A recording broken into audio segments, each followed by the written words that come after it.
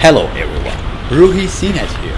The temperature in the coldest city on the planet goes down to below -75 degrees Fahrenheit. I realized that the windows of our plane had already freezed before touchdown. Welcome to Republic of Sakha, Yakutia.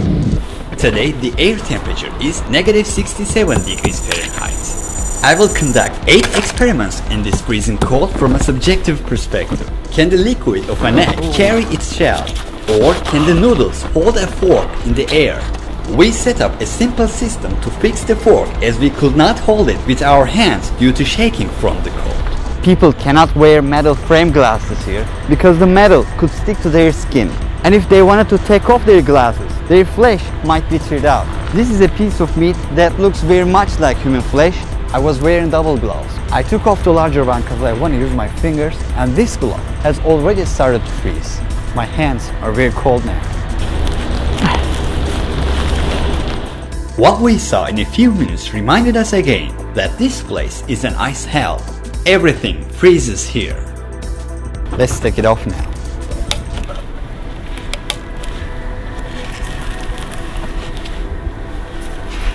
You see it, guys? Frozen solid noodles can hold the fork in the air. See that?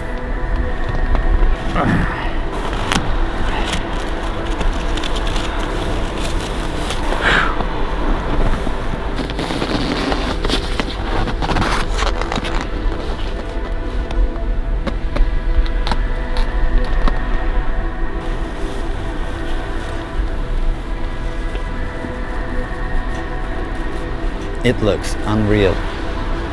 Just imagine you're taking off your glasses after a routine day, and the metal frame of your glasses peels your skin from a very vital point where there are plenty of veins.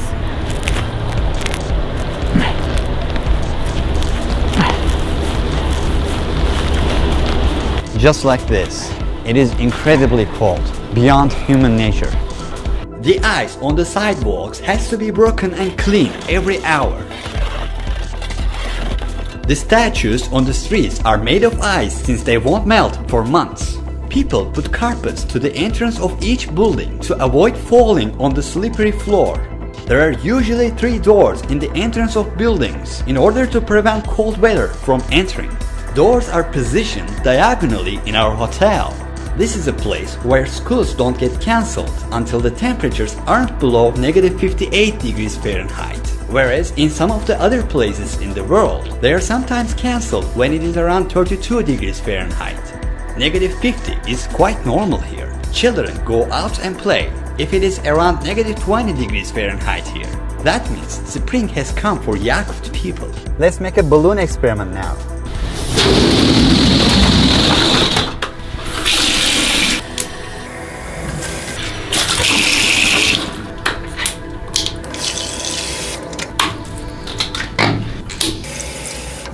How about freezing them and play bowling with them later on?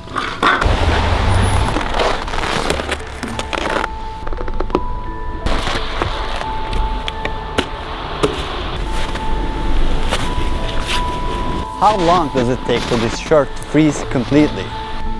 Let's wait and see. Since the shirt was wet, my gloves also got wet, and they are about to get frozen completely. My fingers are hurting from the cold. I guess I better not wear them, but it is a bad idea to be without gloves. Bare hands start to hurt a lot in just 20 seconds, and don't underestimate the pain. If I left my hands outside for 20 minutes, I will completely lose them. It is called frostbite. My ear was swollen when it was left outside for only 3 minutes in the previous video.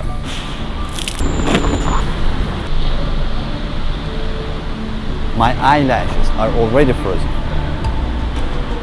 Air temperature is around -67 degrees Fahrenheit.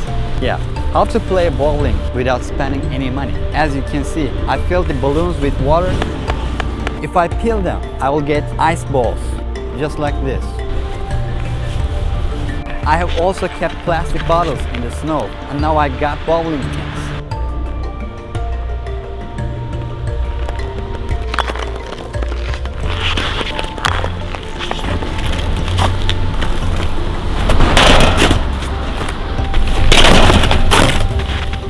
See it, guys?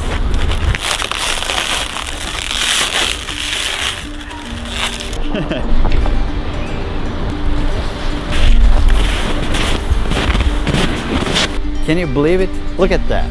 Is this real?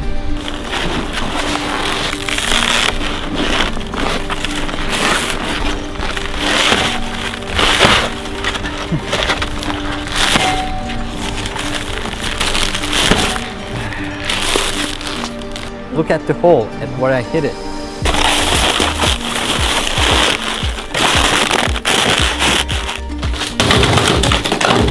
Yeah, this is the situation which my gloves are in after the frozen t-shirt experiment. This was my hand's position while holding the bag. Gloves remained just like this when I was taking them off. My fingers were in these gloves. It doesn't bend at all.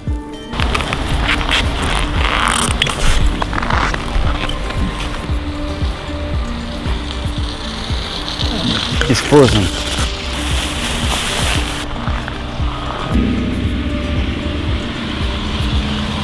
Yeah, it holds itself. It is a regular bath towel. Can we make a sled out of this?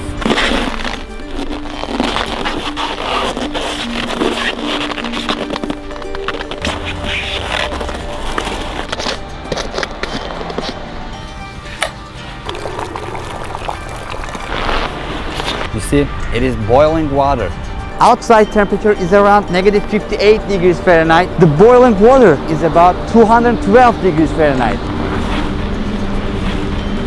As you see, it instantly turns into ice crystals. The weather here is that cold, and this is how our uncovered body parts feel in a short time. If you're not experienced enough, you could lose your limbs here, even if you think that you are careful. Walking from a place to another place is almost impossible here. If you are 20-minute walking distance away to your destination, it will take almost 1 hour for you to reach there, as you would have to warm yourself approximately every 5 minutes. People here usually get into banks or supermarkets while on a walk, rest and then continue. Our sled is ready.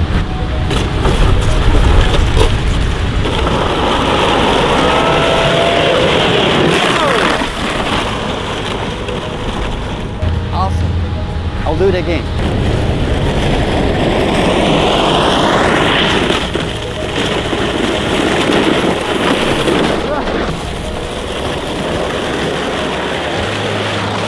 I left the banana out for a while. I think it got hardened like a hammer. People here can even use frozen fruits as hammers when they need to. So, here's the proof. You won't see this every day.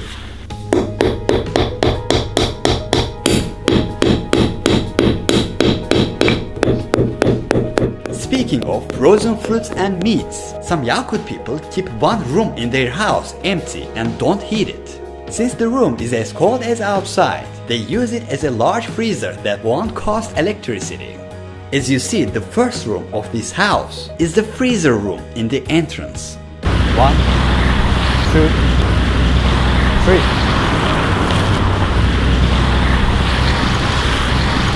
Our bag got wet while doing the water experiment. It only took like 2 minutes, and this is already frozen solid. Look, it was only a few drops of water. I'll just carry it like this. This is how everything freezes. So, Yakutsk is the capital of the Republic of Sakha. Total population in this city is around 300,000. In the whole autonomous region, it is around 1 million. But only around 2,000 foreigners come here annually, and they usually come for business. The businesses are usually about the natural gas resources and the diamond mines of the region. One of the most asked questions is, what is it like to be here in the summer season? The average daily temperatures in June, July, August are 61.5, 67.1, 59.4 degrees Fahrenheit respectively. The daylight comes down to 5 hours in winter, while the sun does not set for about 20 hours in June. The thickness of the ice under my shoes is about 100 foot. And this ice mass under the city does not melt even in the summer. Even when the temperatures are above 70 degrees Fahrenheit. This is called permafrost, which stands for permanent frost. There are 2 types of playlists on my channel for now. The first one is called Rediscovery. which is a travel documentary series. I go to unique places which are not known to many and make a documentary about them with a comprehensive approach. The second one is about personal experiences, such as this one, where I look at the matters through a subjective perspective. I would also like to thank my team for creating this project with me. So, see you in the next one.